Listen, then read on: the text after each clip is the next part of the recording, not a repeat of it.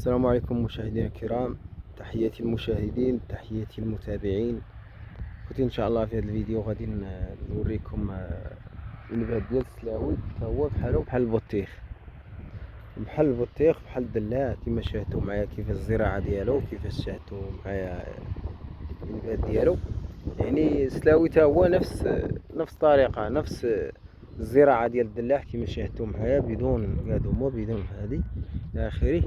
الطريقه ديالو كيفاش بالنسبه لهذا الجانب هذا زرعت فيه السويله هذا، وبالنسبه للسلاوي ها الانبات ديالو كيفاش نفس العبار ديال الدلاع، كيكون مترو تقريبا، مترو شويه.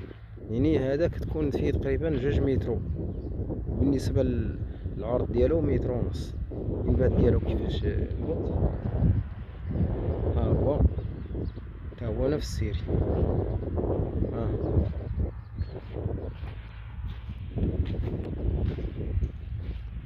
المسافة ديالو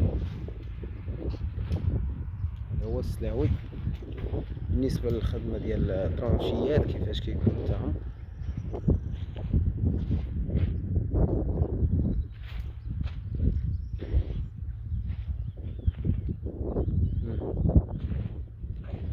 يعني نفس العبار ديال الدلاح في العرض نفس السلاوي، وبالنسبة للترانشيات كما كتشاهدوا فيهم. بالنسبة للزراعة راه نفس الطريقة ديال الدلاح تاعو. هذه قرعة،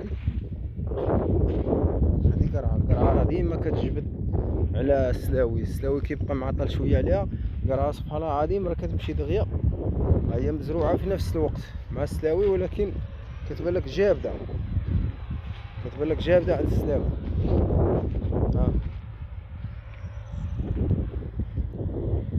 هذه هي الزراعه ديال السلاوي، بحال السويله، بحال سميتو، بحال نفس السيري ديال ملي كيكون عندك الماء، ولو تقارب هذا الشيء في العرض ماشي مشكل. وبالنسبه للطول كيكون 2 متر تقريبا، 2 شويه عادي.